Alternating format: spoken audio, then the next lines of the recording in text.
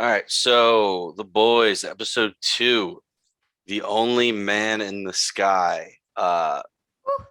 Read that, immediately thought that was incredible foreshadowing, and what an insane line and honestly monologue at the end.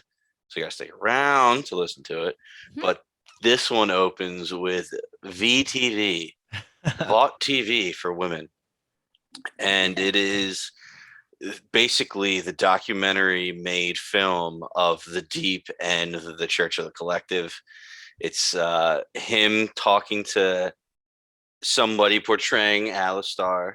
The head of the church looked completely different, but Yeah. basically he says the classic line, "Deep, I'm afraid you've become a toxic personality." This So was like the cheesiest Lifetime movie adaptation of Deep's cheesy book that's called Deeper, like multiple so layers of cheese going into this ad. yeah.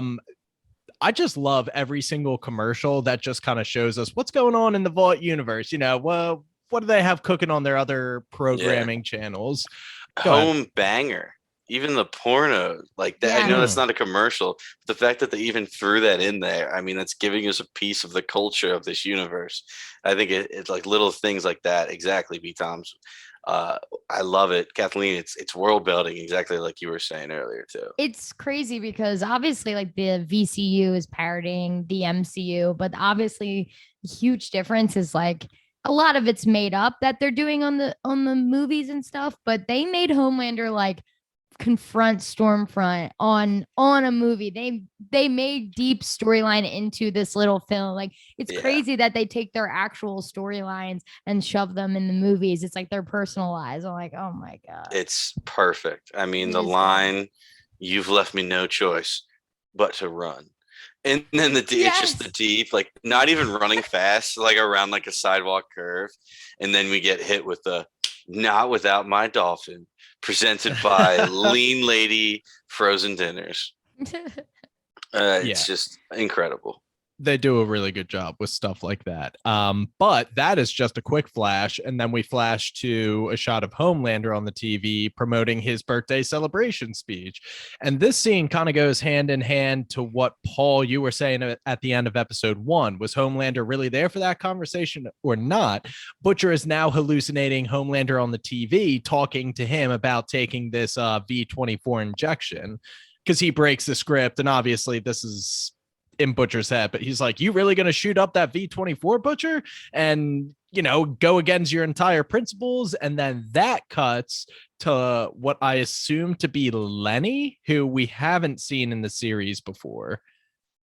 Do you remember Homelander switched to like this little curly haired kid? And I Okay, assumed that was Lenny because he had a his little British accent. his younger brother. That's funny. I'm totally on board with that. I actually wrote that it was young Butcher, like looking back, but I'm totally on the team that was Lenny Like that. because that makes way Yes. more sense. Yes, he was saying like, Becca, this will break her heart. He's like, I don't give a shit about Becca anymore. I think just because Lenny would be the embodiment of his morality, right?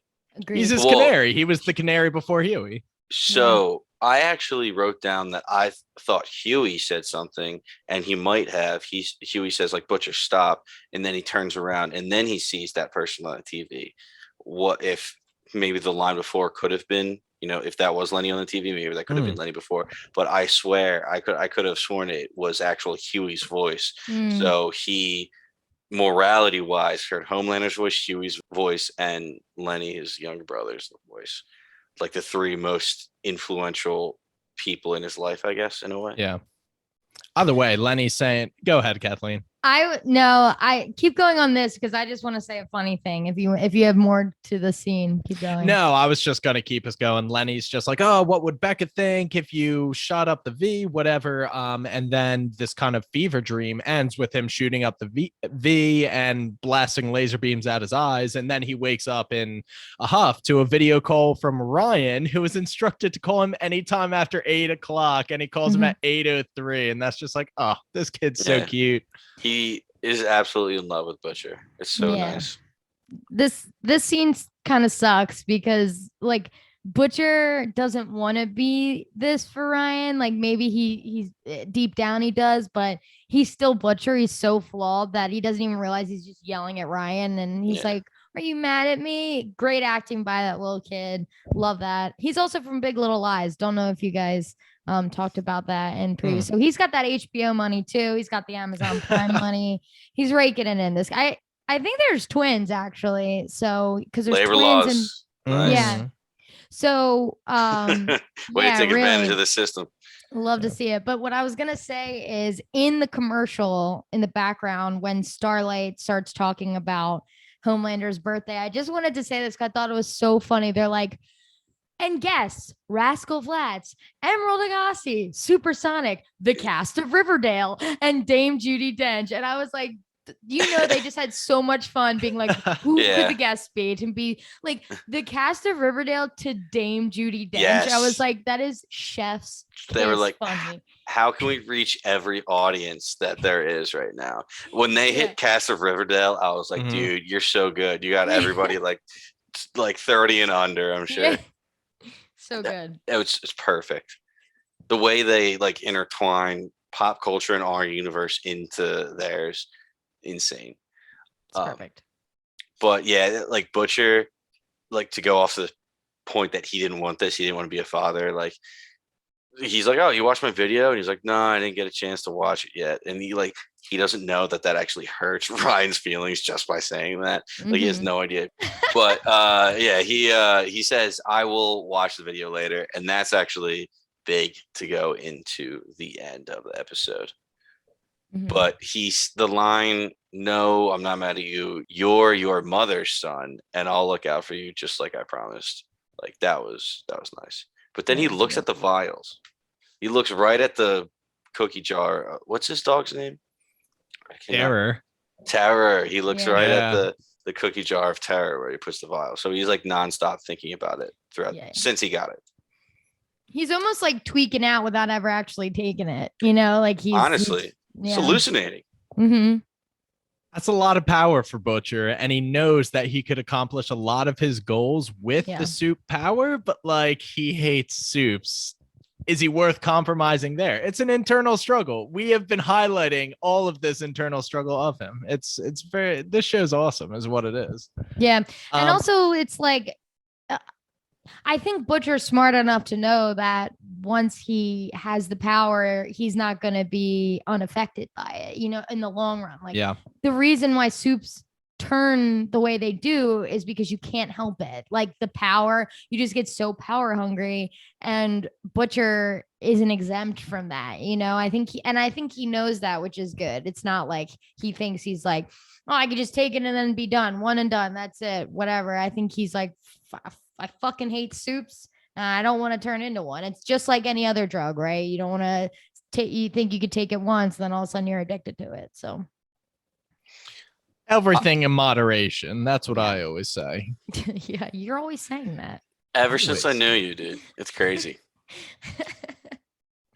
Anyway, Homelander, happy birthday, Homelander. First person he tries to see is Stormfront, who literally... He's just like, blink if you want to wish me a happy birthday. And he cannot even get the triplegic Nazi burn victim to say happy birthday to him. He goes, he's down bad. Rise and shine. Big day. Anything special about today? It's my birthday, silly. Did you guys such a piece? Did you guys think she was like catatonic because she's so upset about the previous episode of him just blowing her off about the whole like gathering the army thing? Like, do you think she's just like depressed from that? So I think, go ahead, Paul. Thanks, Brian. I was initially thinking that she was literally just struggling to survive and breathe. But at the end of the scene where Homelander's like, "Oh, you just need some rest," and like walks away, she has like that tear going down her eye, and she seems to be able to move. So initially I thought she could move, but then I think she's acting so Homelander doesn't kill her, even though like I don't know.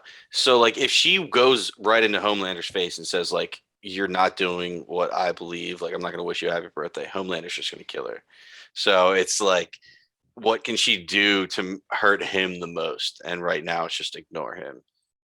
And then later on, take her own life. If she did, but that's later on. Yeah, well, first off, I think she did take her own life, and two, I think it was I think it was intentional. I'm done with this guy. He's just gonna come in, have me jerk him off, and then leave when I start talking about the Aryan race. Like, that's what I care about, dude. If he doesn't care about it, I'm out, and I'm not gonna wish him a happy birthday. That's all she can do to fight back, is not wish him a happy birthday. I think she did it. The only reason she survived really quickly, just because that was her one goal. Waited hundreds of years, she even said, to bring back this army. So that was the thing keeping her alive. When Homelander says, "What the fuck are you talking about?" No, I'm not doing that. That's probably why she was like $1 million baby to herself. I thought that line was hysterical. I don't know if you guys saw that movie, but it's very sad. I wouldn't watch it. It's very sad. It's a good one. We are super off track. Sorry.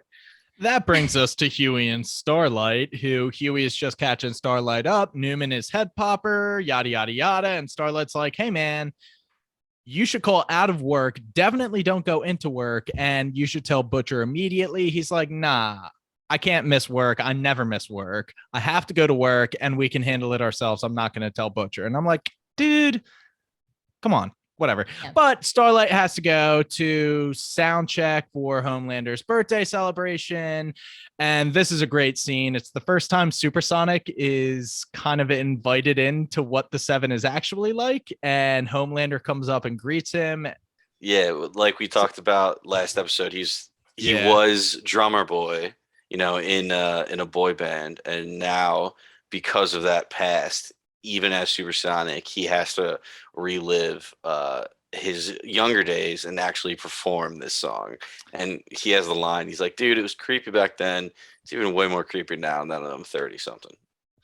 Well, yeah, the song's called License to Drive, and it's like, hey, now you're 16, we can finally get it on. And the dude's like 30 years old. So he's a little disappointed at that. But Homelander comes over. He's like, "Oh my gosh, sir, I'm such a big fan. Like, hopefully we can work together," whatever. He's like, "Oh yeah, you've been doing pretty good, but doesn't hurt that the judge used to get cum drunk on your chorizo picante." Yeah, dude, he just like comes over and is immediately addicted to this Supersonic guy, who is still a good guy. Mm-hmm. As of right now, yeah, he's killing it. But yeah, just Homelander making sure everybody in the room knows that Homelander runs shit and you aren't anything. Well, Homelander's dumb. If he was smart, he would, like any possible new person, he would take them under his wing, so he would kind of own them. You know what I mean? Yeah. Like, don't be a dick right away. I mean, he's so far gone right now. He is losing his mind. So you can't expect him to make smart decisions, strategic decisions. But yeah, he's such an asshole. It's insane. I'm loving watching it. Man. So like the whole thing though was that Starlight was supposed to quickly run her lines and then she was going to run back and help Huey. But of course, Homelander had some rewrites. Starlight, Jesus Christ. Starlight has a whole lot of more lines and a way bigger part that she knows, so she's going to be late. Like Homelander walks in like, "Oh, like what's the rush? We got like lots of lines to go over." And he goes up to the guy that was gonna run lines with Starlight and he goes, "What do you want, a fucking break?" And he just turns around and runs off. And then this was the whole Supersonic intro. And then I was just gonna say, is this where the happy birthday thing happens? There's a scene in between it, but yeah. We can just rip right through it. Yeah, basically he's like, "You're singing happy birthday to me," like blah blah blah. He's being such a dick. And she's like, "Fuck you." And then all of a sudden you hear Edgar come in and be like, "If Starlight doesn't want to do it, she's not doing it," which is so lit. I love it. And he just didn't know that Edgar was there in general. And I love that Edgar has final say and can, like, Homelander doesn't have any pull anymore, really. I think he says like 80% of viewers said that they would make every effort to tune in to see Starlight, but 40% of Homelander's fans might DVR to see him. So it's just like he's fading. Mm-hmm. Oh, Edgar with the stats. Edgar keeps pushing his buttons. Yeah, Edgar's gonna die. He's like, "You're lucky we're even putting on this farce, okay? So let's fucking keep it moving." But it is your party. You can cry if you want to. Oh my gosh, this dude in his lines. It's not even like he's saying that to Homelander's face. He's singing it to his face in front of everybody Yeah. on the loud intercom. He's literally just trying to belittle him. He has an iconic voice, like Rick Worthy has an iconic voice. I love that guy. Iconic Good for the voices. soul. Yeah. I love Rick Worthy. Yeah, we love him. Anyway, so the scene that we skipped to finish off that scene was the one with Frenchie and Kimiko going to Vaughtland, and we got Brave Maid Pride all over the place. Frenchie comments on the hamburger between two donuts and says it's like a monstrosity. But yeah, so Kimiko's like wide-eyed at the roller coaster. She's just like taking it all in, really likes it. I thought it was hysterical that they called it the inclusive kingdom. Yes. And then they showed, everything: veggie tacos, Black Lives Matters, BLTs, woke wok, and LGB turkey legs. It's like, try harder, guys. Try harder. Fucking insane. Just in time for Pride Month. Happy June. Happy Pride Month. Oh, yeah. Happy Pride Month. Also, I got offended when Frenchie was freaking out about the hamburger with the donut for buns, because that's one of my favorite meals. And I love that burger. Sorry. This man knows good food. He's a chef. Of course he's disgusted by it. Yes, I agree. Yeah. But yeah, it's cute. I mean, Kimiko has never been to something like this. She never had a childhood, so she's just like in awe. And it's nice to see Kimiko smiling, happy and all. But the reason they're there is to get to the Crimson Countess or whatever. So should we just keep pushing through this scene? Yeah. From that. So I think it all does play out here. They go into this like auditory. It's like the typical amusement park thing. It's like this little cheesy movie and then a show. And the movie is Soulja Boy's backstory. Essentially, he was born and raised in South Philly. Let's fucking go. Yep. Tough. Oh my gosh, a hard knocks kid, he's just that kind of guy. Yeah. Goes through his story, he was friends with Reagan. There's a picture of them shaking hands. He's a war hero, like defended them against the Nazis and all that stuff. Yeah, World War II hero. Tragically died saving his sidekick in the nuclear meltdown explosion. Whatever. Kimiko absolutely loving everything. She's like wide-eyed watching it, soaking it all up. And the movie and the Crimson Countess comes out, sings a little song, and she's showing her powers. She can shoot fireballs. She's a pretty powerful soup. And she's Scarlet Witch. Yes, she's absolutely supposed to be Scarlet Witch. Yeah. And the song that she sings, like, he's America's son, a shining beacon of freedom. Like, oh my God, what she's doing is insane. And Frenchie this entire time is like, what the fuck? But yeah, like we said, Kimiko is like, oh my God, you're amazing. I love your music. She loves music. So maybe the gay thing from last episode, if you guys haven't seen the last episode, I was projecting Kimiko to be queer, which she's still going to be. But I really think she's just really into music. And that's one of her ways that she likes to communicate and is able to communicate and be audible and vocal-ish. Yeah, it is really cool. And the fact that we didn't even touch last time that Frenchie and Kimiko have their entire language down at this point. At the end of season 2, we get Kimiko trying to teach Frenchie the language that she and her brother made. And now Frenchie has finally, I should say, Kimiko has finally opened up enough to teach Frenchie, and their language is so funny because it's not like ASL, like where we're used to seeing ASL. It's like, what you did, Kathleen, just guns in your hand, stabbing your wrist and like cutting it or something ridiculous. Yeah, it's great. Their relationship's phenomenal. Yeah, everybody's on board for Frenchie and Kimiko. It's a relationship built out of love, and we love here. Kathleen, don't we love? We absolutely love. That is what we all say. All 7 of us, really. But to get to the Crimson Countess, they got to show her some anti-love. I believe they call that hate. It's what they call that. I don't know. I love anti-love. I love that. No, I hate hate. I love. I hate hate. I'm indifferent about indifference. But so they go backstage, they pay extra for the Crimson Countess experience, and sweetheart Kimiko goes up with her phone. I love your music. And Crimson Countess is being nice, like, oh, sweetheart, can't you talk? Let's see the new song. And then Frenchie gives Kimiko the nod and says, don't let her hands touch. That's how she can do her powers. Kimiko's got her up against a wall.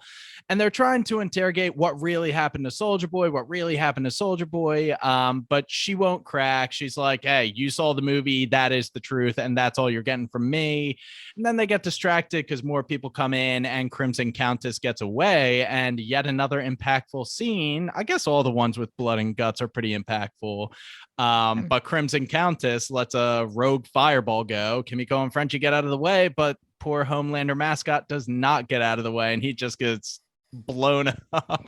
Permanent trauma for children everywhere. Yeah, Yep. so we kind of skipped this part, but Kimiko, before they go into the Crimson Countess show, she sees a little boy and a little girl, brother and sister, and is kind of like looking at them like, oh, like thinking about her brother. Same two kids standing there, blood splatter everywhere. And later on, she has a conversation with Frenchie, and she's like, I never got a childhood. Like, it wasn't about the roller coasters. I never got a childhood, and now I just ruined those two kids' childhood. How can they ever be children again? Like, they just saw this awful, awful thing, and I thought that was really well done and a good like parallel to her and her brother. Heart-wrenching, honestly, because Frenchie feels so bad. That scene, he goes up with his phone and he gives her, he's like, we're gonna go to this Six Flags, we're gonna ride all the roller coasters until we vomit, we're gonna have such a fun time. And Kimiko's like, it wasn't about the roller coaster, and Frenchie's like, I know, I'm just trying to help. And it's like Frenchie's doing all he can. But yeah, I mean, I can't even imagine being Kimiko and you're supposed to be an adult, but you haven't had any childhood, so you haven't had any chance to be free, like really with no responsibilities. And now she did that for however many people saw that horrific event. I know she's over exaggerating though when she says like, I ruined these kids' childhood. It's gonna be affected, but like, it's a traumatic event. Yeah, that's tough. Fucking no, I mean, it's definitely traumatic, but like compared to what Kimiko went through, is what I was getting. What I was gonna say is that Crimson Countess, like, what the fuck, girl? You can't just be throwing fireballs in the middle of this place. Like, true that. We did get when she was in a dressing room, she was snorting pills and throwing them into her drinks before Frenchie and Kimiko came in. Like all soups are addicted to drugs, apparently. Yeah. So I mean, that definitely could have had an effect, but I'm sure she was not practiced too well. Also, just let's talk about her fucking new song was like Chimps Don't Cry. I was gonna say, B-Toms, I can't believe you just skipped over Chimps Don't Cry. Like, did you know that chimps don't even have the ability to cry? They don't have tear ducts. It's ridiculous. Doesn't mean they're not crying on the inside. Yeah, she was wild. I don't even know if we're gonna see Crimson Countess again. Got it right. She was. I guess we will. Yeah, she was his. She was Soldier Boy's wife, confirmed back in the day. So this is where we get the Huey breaking the bottle scene because Starlight's not around to open his jar of queso, jelly, whatever, queso, whatever. Not the jar. Enough. Dummy McGee just smashes it on the counter, and I'm like, I get mad, but maybe throw it. Don't smash it in your hand, my guy. We're getting this boy a bottle of Smuckers, a squeezable bottle of Smuckers. The squeezable, yeah. And this is also where we get Homelander changed around Starlight's script so that she has to sing like sexy happy birthday like Marilyn Monroe. And, Starlight's not going to have any of that. She pushes back on Homelander. And this is where we get the Edgar backup. I like the line where she says, like, I know you don't care if I sing or not. You're just like, this is all just an attempt to make me look like a sex doll. Because like the sexy dancers that came in and like the skimpiest Starlight outfits, like Homelander knew exactly what he was doing. I do want to jump back just a little bit because I think we did skip a small scene with Butcher and MM. So MM with his daughter Janine, here's a doorbell ring, goes and it's Butcher with a Vought Tower like Lego set. and she's like, I know you love Legos, so knock yourself out. I thought that little touch was perfect. Butcher's little smirk is incredible. Basically, he comes here to tell about Soldier Boy. We learn, has a huge history about Soldier Boy, not necessarily himself, but his father. Apparently, his father killed himself, like was died over a desk, is how put it, obsessing over this man and ignoring the rest of his family. Not exactly sure what he did. We did get a few you got a few newspaper clippings saying, Soldier Boy catches thief in really big letters, and then the undertext is, Harlem family caught in the crossfire. And it's like, okay, all these stories have Soldier Boy being the cause of all these deaths, but nobody's focusing on that. So I assume someone in MM's family was his family. I assume the Harlem family was his family. Someone died, and he's kind of, MM's dad is doing the Butcher, right? I mean, Becca disappeared, and then Butcher dedicated his life to fucking get Homelander, meaning his dad probably dedicated his life to get Soldier Boy. We just don't know exactly the beef. I literally wrote that down. I was like, fuck, am I supposed to know this? Like, when we first see all the clippings, I was like, shit, what? Yeah, I don't think we know the beef yet. We're gonna get the beef. Oh, we're getting the beef. Definitely. We got a Butcher. He's gonna get us the beef. That's not bad. Is fucking put that on a t-shirt right now. As Butcher's kind of leaving, he's leaving with a bad taste in his mouth, because what said is, my father ignored my family. I'm not going to do the same to her. Butcher hits Butcher hits with you're doing a bang up job with her, mate. And then MM's like, fuck, like, hold on a second, I might have one more thing for you just because you're nice. He gives him this big fat file. We don't see what it is, but all we see is a classic Butcher half smile smirk. That's big, and it goes important, and it's going to be important. And then, at the end, like I already said, goes back and he pulls out more than one newspaper clipping. There is plenty. So it seems like Soldier Boy, whatever he did, had a lot of collateral damage. Didn't seem like he was a good guy. We all think the rapper whenever we hear Soldier Boy still, right? I was like, you. All right, just making sure. So the A Train, a absolutely wild marketing pitch to Ashley and new Ashley. I forgot. And the other guy, Seth. This was like such a throwaway. I don't know where A Train's head's at. He's like fat. He's grasping at straws. He's afraid of Homelander, but he gets this wild idea to pitch like an Africa-centric rebrand of A Train, and he pitches this new show called A Train to Africa. The real eye-opener was a video game centered around the slave trade. Dude, Ashley was like, are you kidding me? A new suit makeover, and the Ashleys are just like, that was so well told, A Train. Mm-hmm. And Seth's like, they hated it. That's what it means. They hated it because you don't care about your African roots, and everybody who's African American knows it, my guy. Including Africa. Talking about. Yeah, Africa knows you don't care about Africa. Bro, that was a wild line. Yeah. But this guy, Seth, he was in B Thumbs, that was his name, Seth. He's been since season 1, yeah. Yeah. I was gonna say he's been around killing it. I mean, last season when they were pitching the idea for Vaught the movie, he was killing it. And he's sitting there this entire time when A Train's giving the initial pitch, like, dude, this is going to end horribly. I'm going to try my best, which he didn't even really do.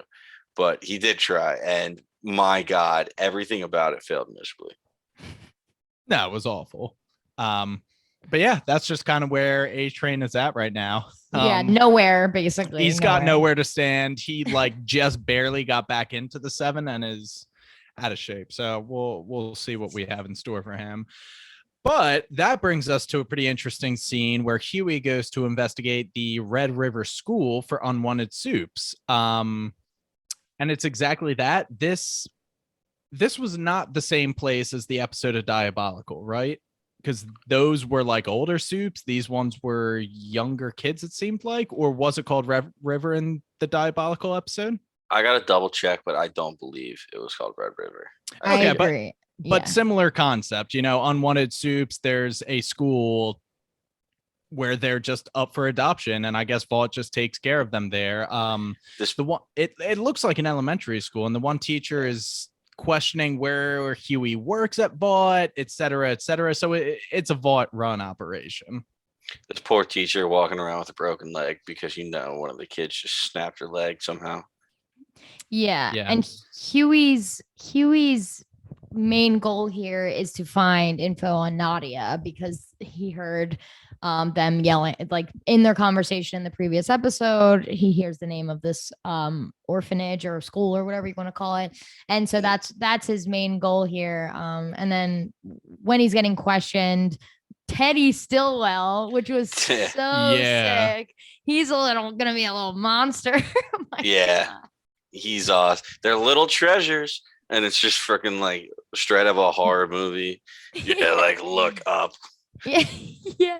He outs him to be dating Starlight, which honestly helps his case because he then says, well, listen, my swimmers, they're just like fat nothings or whatever the fuck he says. He goes, bunch of dead tadpoles. Yeah, I'm sterile as hell, and we want a kid. But we don't want this getting out. So because Starlight's such like a big personality and like celebrity, so whatever. Yeah. I was laughing at Huey. Just doesn't like, he can't help but just self-deprecate. Yeah, he's so bad at lying and trying to get through the radar. Pretty good thinking on his feet though. Once he got outed, worked out perfectly because the teacher's like, "Oh, a soup parent will do great for the parent likelihood of living." It's like, oh yeah, fucking phenomenal. And then she's going through the list and she goes, well, this one is South Asian, which is very popular right now. And we're like, what? Like, that's so insane bad. So she's like trying to peddle different orphans, and this whole time Huey is able to get a USB drive to copy all the files and everything. Insane. What a magic USB drive. Yes, first of all, that's what I thought because it was very quick. And then second of all, I thought Huey actually did pretty good about being sly and scooting over. He'd never have been able to do that in season 1. He's been in the game a while now. I think this is a good just showing the experience he's gained, because like you said, Paul, season 1, he has been sent on assignments on his own, like when he had to plant the bug at Vought Tower, and when he had to talk to Ezekiel at the Capes for Christ event, whatever, and he was flabbergasted, like didn't really have his cool. It all ended up okay, but like now he's calm, cool, collected like a cucumber, man. He was bossing it there. This is just our guy. He's in the FPSA now. Like, he's one of the boys. So yes, until later in the episode when Starlight has to save him because he is after you see fucking Newman explode someone's head, you're like, you can't be calm, cool, understandable. Exactly. Seriously, you can't act like that. But yeah, I feel like the Red River in and of itself was a big reveal, but I think Teddy Stillwell was the thing where I was just like, I had no clue we were seeing this kid again. Right. Oh my God. I just put that together. Yeah, dude, Madeline Stillwell's son. Yes. Which is like, we don't know who the father is. That is, I mean, amazing. Yeah. She was probably like injected or something like that. They blatantly say Teddy Stillwell. Like, obviously you wouldn't say first and last names, but they were like spoon feeding that to us. And I was like, yeah, baby. I fucking love that. Completely missed it the first time and missed it when Brian said it the second time, and I finally freaking understood it. Yeah, third time's a charm. What I don't know is whether or not Huey would be able to connect those dots, because he kind of, right when the name was dropped, he kind of had a look of like surprise on his face, but I'm not sure if that's because he just realized he was on the TV. So I know that in the beginning of season 2, there was the whole thing about the news, Madeline Stillwell being dead and her baby showing up on a lawn, 28 blocks or miles away, whatever it was. I just thought that was Homelander, like.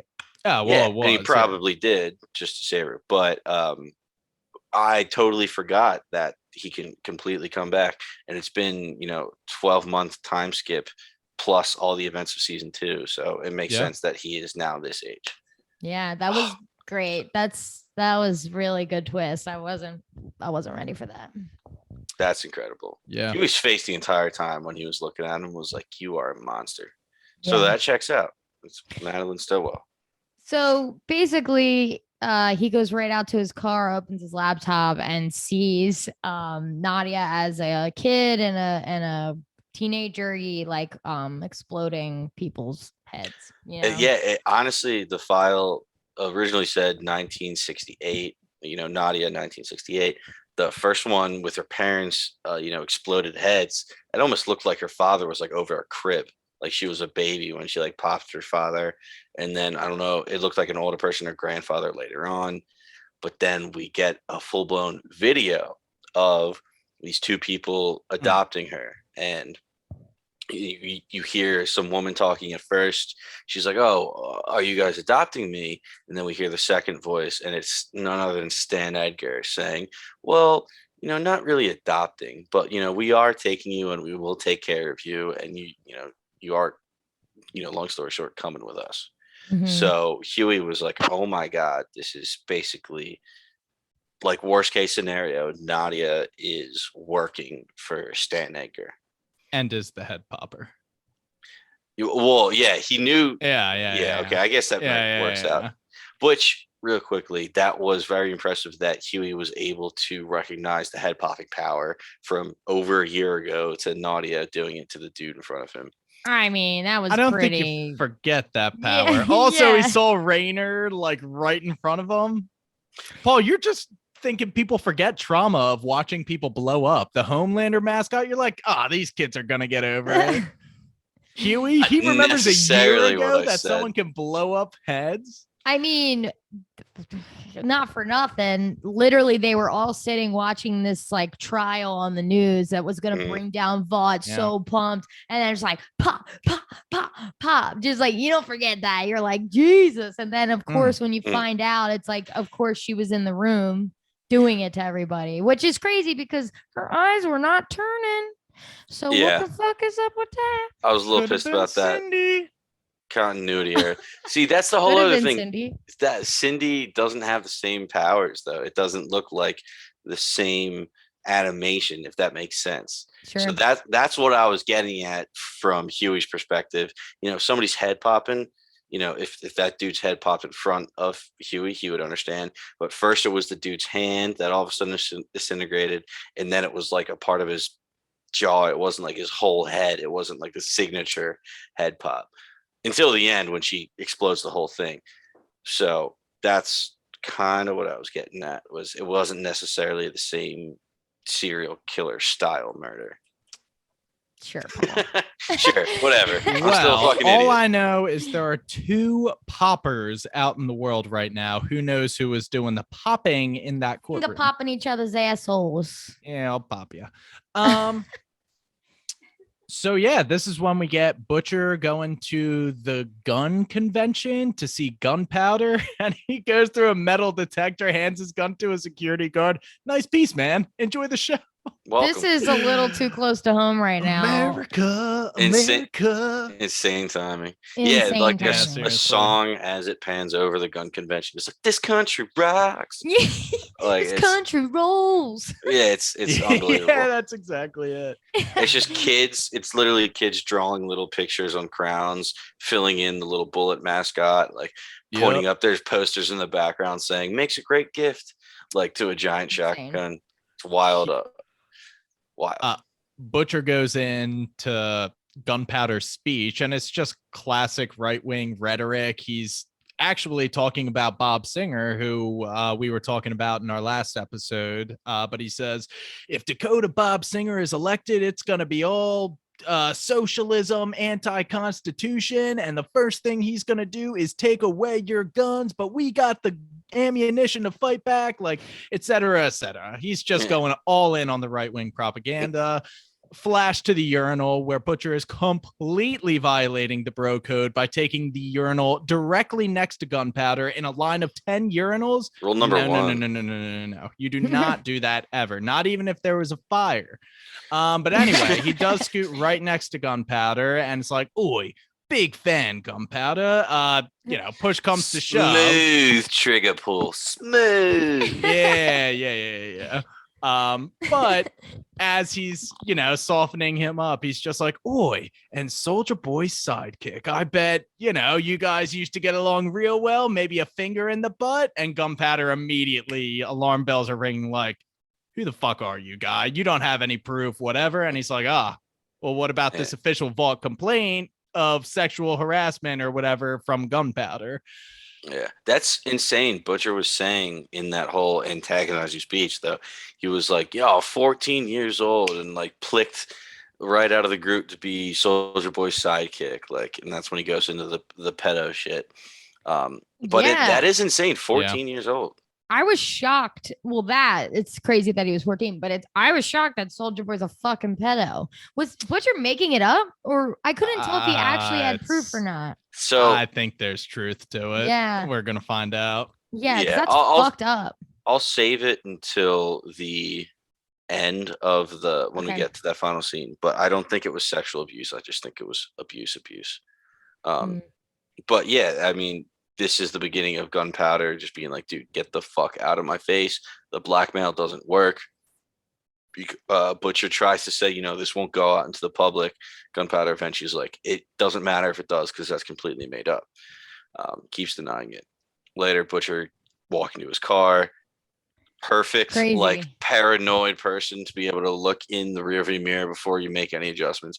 Sees something coming and is able to immediately duck under a bullet that comes in. And we got a little example of Gunpowder's power, and that's more realistically, he's just able to find cool trajectory paths that a bullet can follow. It's almost like he's good at math, which is weird. All the trajectory physics, yeah. It's not even guns, yeah. Mm-hmm. Either way, you do not want to be in a gunfight with this dude, which Butcher finds himself in, but he kind of gets out of it by shooting a car alarm and getting away in the distraction.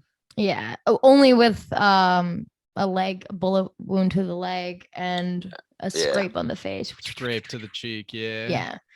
But yeah, that was intense. I was like, get out of here. Get the fuck out of here. Yeah. Do we want to keep crushing on Butcher and him, or do we want to save that for the end because it's the best ending ever? Yeah, we can save it for the end. Yeah. Okay. Yeah. We're getting there. Next one we get is the Homelander suicide saving attempt, right? Ooh. So we get Ashley outside on the street of this outside of this giant building. There's a crowd gathered, cops are there. Turns out there's a young woman, Chelsea, that is almost about to commit suicide. She wants to jump off the roof, and Homelander lands and goes, it's your lucky day, considering you're my annual birthday save. And turns out saves everybody. Saves one person a year on his birthday because, it's his birthday. Life is precious. You don't want to give that all up and go to hell for eternity or whatever. She goes, I'm Jewish. I'm Jewish.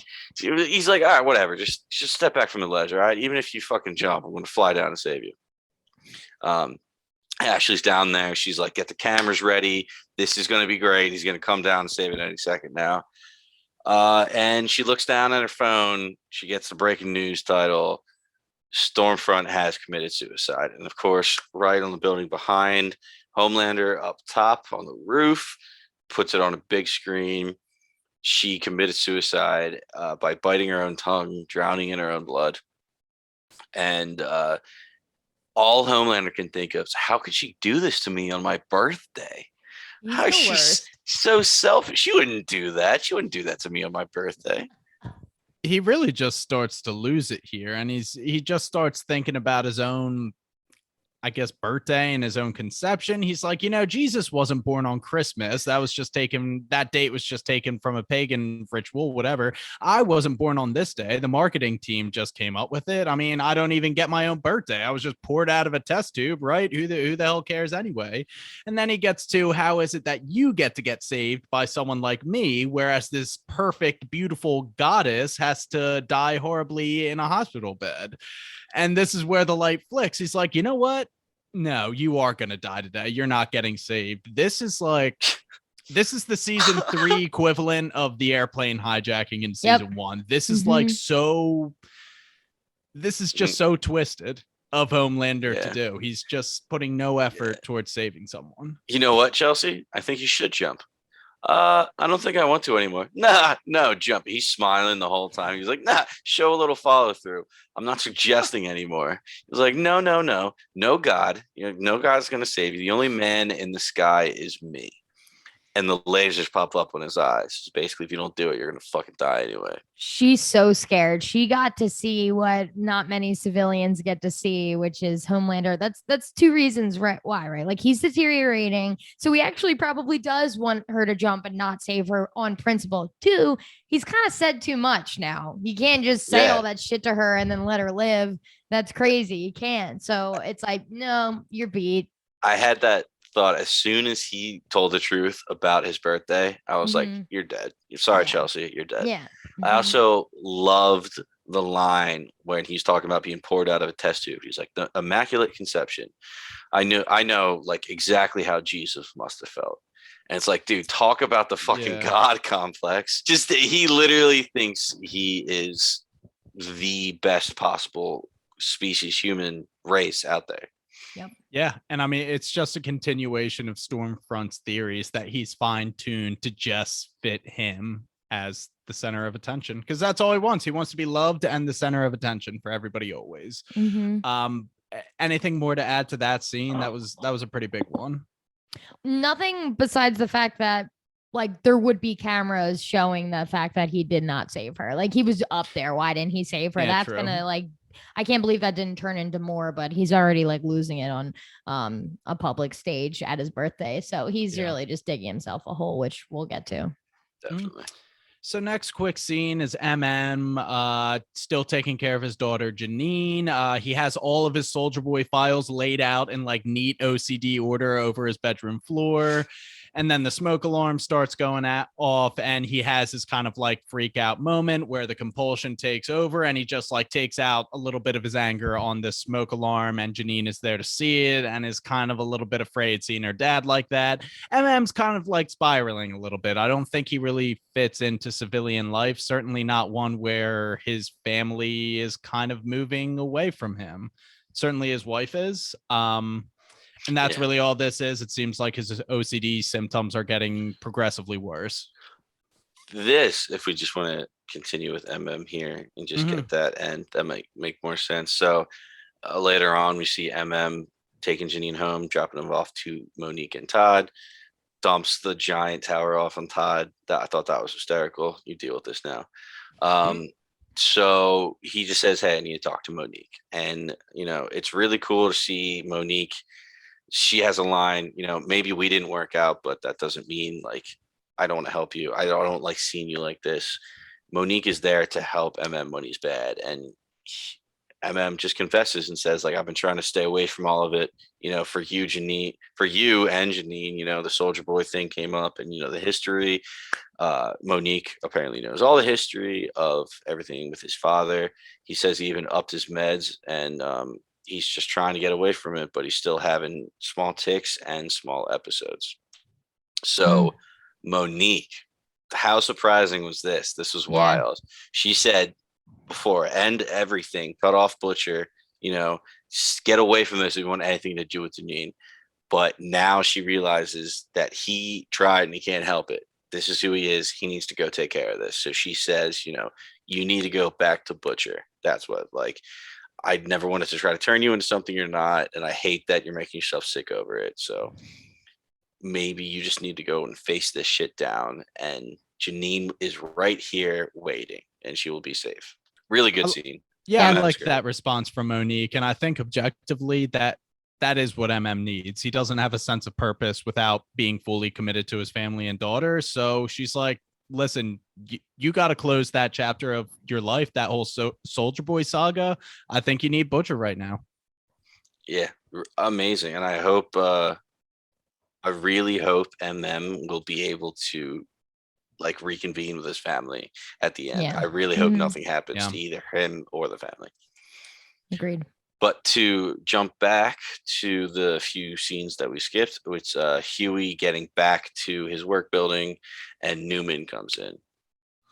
she is coming out hot too. I would not be able to deflect those questions either. She's like, "Oh, what's up with your hand? Why weren't you at work for like the first time in the past year? Like, what's going on with you? Anything I should know about?" And he's like, yeah, there is something you should know about. Starlight. Oh, me and Starlight were having issues. That's all it was. And boy, they play the bickering couple part very well, might I They say. do. I thought it was great. He was like, well, maybe I don't always need you to come in and save me. And she's like, you know what? I need to get out of here. So why don't you guys handle this? But yeah, I mean, even when she comes in, she hits him with the who's Nadia after all of that. I would have been like, Yeah. So thank God Starlight was there. Mm-hmm. Good save by Starlight. And then they go right to the car. Huey just shows her everything, shows the files. And she's like, oh, I thought we were going to go to Red River together. And he's like, yeah, I know. I'm sorry. Like, and then he kind of just loses it. He's like, I'm bleeding because I can't even fucking open a jar because I can't do anything right. And he's spilling out to Starlight saying, you know, I thought Vicky was my friend. You know, I knew her daughter. I thought things were finally going my way. Like I was living my best life, like we were talking about. And now I learned that it's all a joke. It's all facade. He even calls himself a joke. He's like, what a joke I am. And you know, Starlight's there to help him. He's like, none of this was your fault. You couldn't have possibly known about this. It's okay. And like, we're going to get through this together. And, you know, really good scene, really closing up. And then all of a sudden Huey hits it with the, oh, and I may have signed us up to adopt a child. They would be good parents to a little soup kid. Phenomenal. Yeah. Give him Len or Stillwell. Yeah, Daddy? right. A kid's a horror. It's It's a walking horror movie. For real. Are we at the birthday party? We got birthday Butcher. Party would be at the end. We have Butcher finally watching Ryan's Lego video, which was actually a really good payoff from the seed planted in the first scene. It's because Ryan said, like, right when Butcher blew up at him, oh, this video really helps me sometimes when I'm feeling bad. And it was a video with a voiceover of Becca, like a really kind, heartfelt message saying, I'm always here for you. I love you. Like, I'm just getting a haircut. But he did one of his Lego videos. It was very sweet. And it gets Butcher too. He's like tearing up. Someone's cutting onions, I bet. He has to call Huey because of it. He's like, has to call Huey. Yeah, has to call his canary. What else are you gonna do? And he essentially just apologizes. I don't have the specifics, but he shows gratitude and appreciation for Huey, like fighting the good fight and doing things the right way to fight the soups. And no sooner, go ahead, Paul. I was just the Butcher's line was, you know, I was chasing something down. But I'm gonna knock it on the head because you were right the other day. Things are good, and I don't want to go and fuck anything up because you know things are decent right now. Ryan's good, and I should leave it well enough before I go and fuck it all up. And Huey immediately, first thing he says, "Butcher, Newman is a soup. She's the head popper." Oh, good God!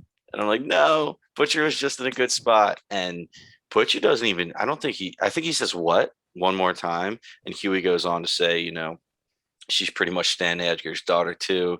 I thought we could fought the right way, but we can't. It's all rigged. We have to do it your way. Mm-hmm. And Butcher just the phone is just slowly dropping. This is music to unhinged Butcher's ears right now. He's just like, you giving me the green light right now, bro? I'm gonna take it. And before we go to him back in the garage, we get one quick scene of Homelander just caressing Stormfront's blood spot on her hospital bed in the room. So he's just bad. But then we get the Gunpowder Butcher reunion. When Gunpowder walks up and Butcher's just on his car, he's like, dude, what are you doing? Are you kidding me? He goes, why are you protecting Soldier Boy? I would throw him to the dogs if you just help me out. Like, if you don't like Soldier Boy, I will take him down with you. Gunpowder, shoot first, pops him like 4 times in the chest. I didn't know personally what was going to happen. I thought, you know, maybe he was wearing armor at first. I was like, oh, he was good enough to put on bulletproof vest. But then, like, as he's walking up and you realize he's not bleeding, I'm like, oh my God, he popped the vials. And what does Butcher do? He stands up and all the bullets are just flattened on his chest, just pop off like coins. You get a bloody spit and that smirk coming out of his cheek again. My guy's souped up. He beats the shit out of him. Yeah, he does. Like big Unbelievable. time. Yeah. And we get a huge reveal here. I mean, I mean, we can go into it, but the Grace Mallory reveal is huge. Yeah. Holy shit, I didn't even like really put that together, like 1 and 2, because I was amazed at everything else going on. I knew that was huge, but I didn't even realize that she knew about this because she was a case officer the whole time and just didn't say anything to him. I mean, Sorry. did you guys think that Grace is like now could be bad? Maybe she was just withholding truth from Butcher, even though it might bring closure to him. I'm a Quote, huge unquote. Mallory fan, so I can't believe she's doing anything evil.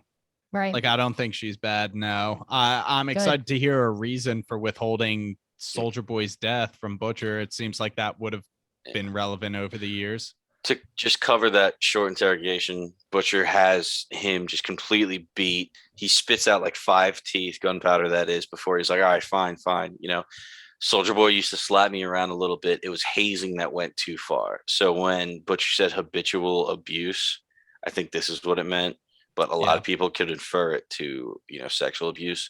But I do genuinely, from this reaction, think Soldier Boy would just beat the shit out of gunpowder. Well, we think it's sexual abuse because Butcher literally is like, you're putting your thumb up each other's assholes, like, or whatever. Yeah, and the like, little sidekick, you know, Batman always like had a thing for Robin. That was like an ongoing thing. But I think we're gonna get a flashback from them back in the day and a 14-year-old gunpowder. I don't think I think sexual foul play is still on the table. Well, I hope not, because the Wilds has got me. Like, I got a bad feeling about it. I don't know. Literally, me too. So Butcher goes on to say what happened to him. He didn't die in that car accident. What killed him? Gunpowder actually doesn't know. He didn't see it happen. He was just a kid. But you can ask the CIA. Who was your case officer? Grace Mallory. Sick. So, wild. And Butcher, I think that like put him over the edge. Do you think he was going to kill Gunpowder no matter what? Because personally, I do. Yeah, he was ready. He was like, you know, he pulls him back up. Gunpowder's like, dude, I told you everything I know. Butcher's like, dude, I know, but that doesn't change what you are. And then proceeds to, I think it's like 22. I lost count. It's like insane amount of punches. Beats the shit out of him, activates his eye beams. Can't stop the eye beams. Yeah, can't stop the eye beams. Cutting cars in half. Cuts his head in half because they've shown us every other part of the body cut in half. So we just see a severed brain spill out. Dude, guts on the boys. It's like, perfect. You know what I thought is that someone's probably going to blame Homelander for that because they're just going to leave him there. And if someone doesn't get the cleanup, it's like, well, who could do this? Someone with laser eyeballs. You know what I mean? That. It's like no one knows. I mean, I'm sure other people may have that too. It's more bad press. Yeah. There was that baby that Butcher was killing people with in season 1 or 2, whatever. Right. But he probably wasn't in that parking lot. They could rule him out. He's got a good alibi because he's a baby. And then we come... then we come to the best scene. Supersonic doing his cruising in your Jetta for me boy band dance. You know, just got your license to drive me crazy now that you're 16. Yeah, it's definitely creepy, Supersonic. You were definitely right. So he gets done his routine. Out comes A-Train. Ashley immediately is like, what the fuck is he wearing? He's like, get me wardrobe right now so I can fucking strangle them. He's got his Africa uniform on. Yes. And he's trying his hardest. Yeah. He's like pulling her hair out immediately. She's like, motherfucker. Yeah. That is true. She started reaching for the hair. But A-Train comes out just to announce the new co-captain, Starlight and Homelander. And as they're exchanging, you know, A-Train's walking off, Homelander's walking on. He's like, I can see your girdle, you fat fuck. Get off the stage. Just so mean. But like, it's worth highlighting if I'm being honest. So this is where Starlight is saying what she said earlier in the episode. She's announcing her like Starlight Foundation, saying that Homelander is giving $10 million. He's like, no. Oh, yeah. Well, he just unravels. Well, the thing that happened between A-Train A-Train walking off, and what you just said is someone in the crowd yells, "Hey, Homelander, your Nazi girlfriend died," and that's what. Yeah, he's tweaking. Starlight tried to fix it. She was like, "Oh, Homelander's just like all of us. We all make mistakes and we all deserve a second chance." But that's why Homelander is donating $10 million to the Starlight House. Like, come on, everybody! She's clapping, and Homelander goes, "No, no, no! Can't put the toothpaste back in the bottle." That's a Glee container? reference. That's a Glee reference, by the way. So Homelander freaks out, goes, "No, no, no, no. Starlight just lied to you right now. I don't make mistakes. I'm not just like the rest of you. I'm stronger. I'm smarter. I'm better. I'm not some weak-kneed crybaby that apologizes all the time. Ashley, we cut to her going, Roger, cut to commercial right now. Homelander hears it and goes, "Roger, don't you fucking cut to a commercial. Don't you dare." So he can continue. He goes, "All my life, rich people, powerful people try to control me and make me impotent. If they can control me, they can control you. Newsflash, they already are. I'm done being persecuted for my strength. You guys should be thanking Christ I am who I am, because I'm the only one that could possibly save you. You guys aren't the real heroes. I'm the hero. I'm the hero." And then it just silence. The shot from him in his back with the spotlight shining on just him, but you can't even really see it. Phenomenal. Roll credits to baby, baby, baby. You got your license to drive. Oh my God. Catchy. You got your hands spread wide at 10 and 2. If you guys didn't go listen to lyrics, you got to go back and listen because it's insane. So do we think that Homelander's going to quit? Like, do we think he's like outie 5? Like, is he beat? He's threatened to leave once this season already and once or twice last season. And he's always been answered with like, "Go ahead and leave." So I genuinely think he might leave. He might be done with Vought and be like his own, because we know there's more than one superpower team now. We saw Payback, even though that's not a thing. There's other groups out there like that, meaning he could just go solo. He'll get money from somebody. Petrifying. Yeah, I just don't know what he does without Vought, if not one, become like a secluded hermit, which doesn't seem like his bag, or just to go ballistic on everyone and everything, completely scorched earth. So and that kind of seems where we're heading. I'm not ruling that out, but yeah, I don't know. It's perfect, honestly, a perfect spot to cut, because this could go anywhere, and it was such a powerful last scene. I am terrified. As soon as he started to go rogue on stage, I sat up. I was like, I can rewatch this for the third time and take notes. I'm fucking watching this all the way through. It was unbelievable. And Tony Starr, beast. Great 2 episodes. I mean, they really teed us up. A lot happened in 2 episodes. They do not do slow burns on this show, which I love. They're just all rise, but starting all the way up here, which is perfect. It's so good. I hope it stays, and in true boy fashion, I'm sure it will. I hope they stick the landing on this season. I'm fucking pumped. Like a Barney Stinson hype up playlist, baby. All rise. I love it. All rise. Let's go. Anything else from you guys? So what's the ultimate goal of the season, would you say? Probably, if last season's goal, Paul said, was to identify the head popper, it's got to be to eliminate the head popper as a threat. Yeah, I was just thinking, yes, the head popper, but bringing down Vought is still the ultimate goal, right? Yeah, of course. We might not be able to get it this season. Killing Homelander, that is now Maeve and Butcher's main goal too. And then Soldier Boy. I was actually thinking about that while I was watching this. I was like, can you imagine this show if they kill Homelander? Where do they go? I mean, I'll probably love it and how they do it, but I just can't imagine the show without him. I think if anything, Soldier Boy dies this season. Well, Soldier Boy is dead, is he not? No. I don't think he's dead. No, okay, so we don't think he's dead. The only reason I think that is because of all the promotion they did before the season. What's his name? Yeah. Yeah, they. Yeah, you're probably right. So, like, what's his deal then? Is he just like hiding? Yeah, I Could think be. he's in hiding. Yeah. Could be caused too many problems, and they're like, dude, we're taking you out or something like that. Okay, so I'm just a sap for. I didn't believe the nuclear meltdown happened, but I did believe that one way or another he died. I thought that's So- the whole point of the weapon that they're trying to find. I think Unless they're you gonna guys get- think that's a red herring. I think it's red Oh herring. my god. So, as we know, Soldier don't know. Boy is supposed to be like a copy and paste of Captain America, right? He's like all literally for America, for the country. Literally did the same thing he did with World War II. And I'm thinking because they showed him in the promotions as young still, and we saw, Crimson Countess, she was old. I think he's going to somehow do the exact same thing Captain America did and get like frozen or like put in ice or whatever you call it, preserved body I love that. for however Yeah. many decades, and literally pop out and he's like, "Oh, I'm back, guys," and now That's he's so like back in the sick. '7 because that's what Captain America did. Is that the trump card that Edgar has against Homelander? Is a comparable powered superhero frozen on ice? That would be pretty wild.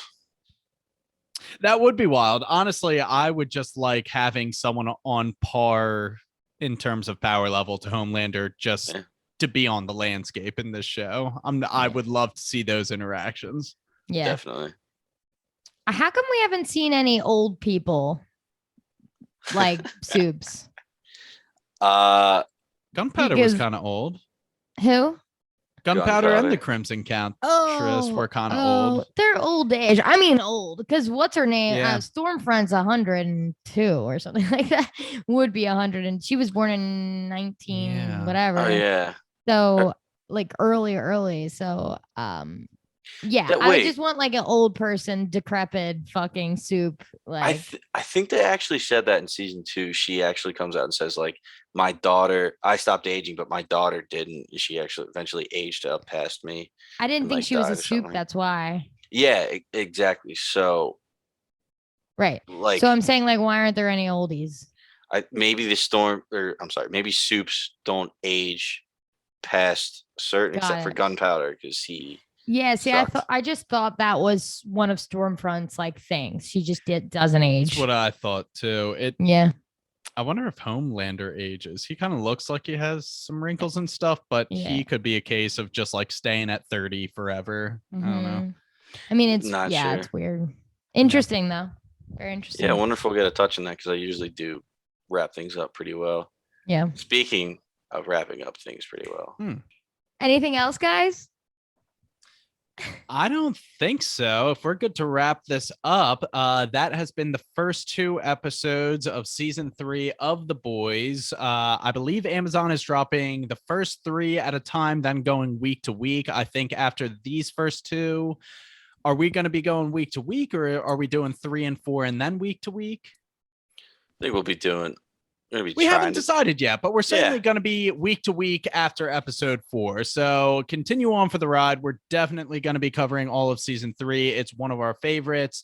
And as always, if you like what you heard, give Bingetown TV a follow on Twitter and Instagram. Visit us on BingetownTV.com and subscribe to our show on Spotify, YouTube, the Apple Podcast app, or wherever else you may find your podcast.